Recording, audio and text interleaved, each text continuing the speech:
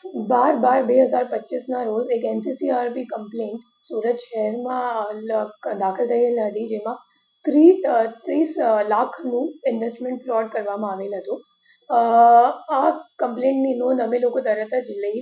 લઈને પછી ACP Shweta Daniels, PI NR Patel અને BC હાર્દિકભાઈ પરમાર આ ત્રણેયની ટીમ મળીને ગણતરીના કલાકોમાં ડિટેક્શન કરી અને 13 તારીખે અમે લોકો ફરિયાદ કરી લીધી અને પછી 14 તારીખ સુધી અમે લોકો આરોપી સુધી પહોંચી ગયા. ટોટલ બે આરોપી છે અને આ જે ગુના છે એમને એમો એવી રીતનું છે કે એ લોકો વોટ્સએપ ઉપર એક ગ્રુપ બનાવીને લોભ લાલચ આપી ફરિયાદીને કે તમે જો સ્ટોક માર્કેટમાં ઇન્વેસ્ટ કરો તો તમને વધારો નફો મળશે. તો આ મુજબ લોભ લાલચ જ્યારે આપી તો ફરિયાદીએ અગાઉ થોડુંક ઇન્વેસ્ટમેન્ટ કરી પછી એમને જ્યારે વિડ્રોવલ માટે પૂછ્યું તો 3 લાખ સુધીનું વિડ્રોવલ સામેવાળાએ કરી દીધું. તો એમને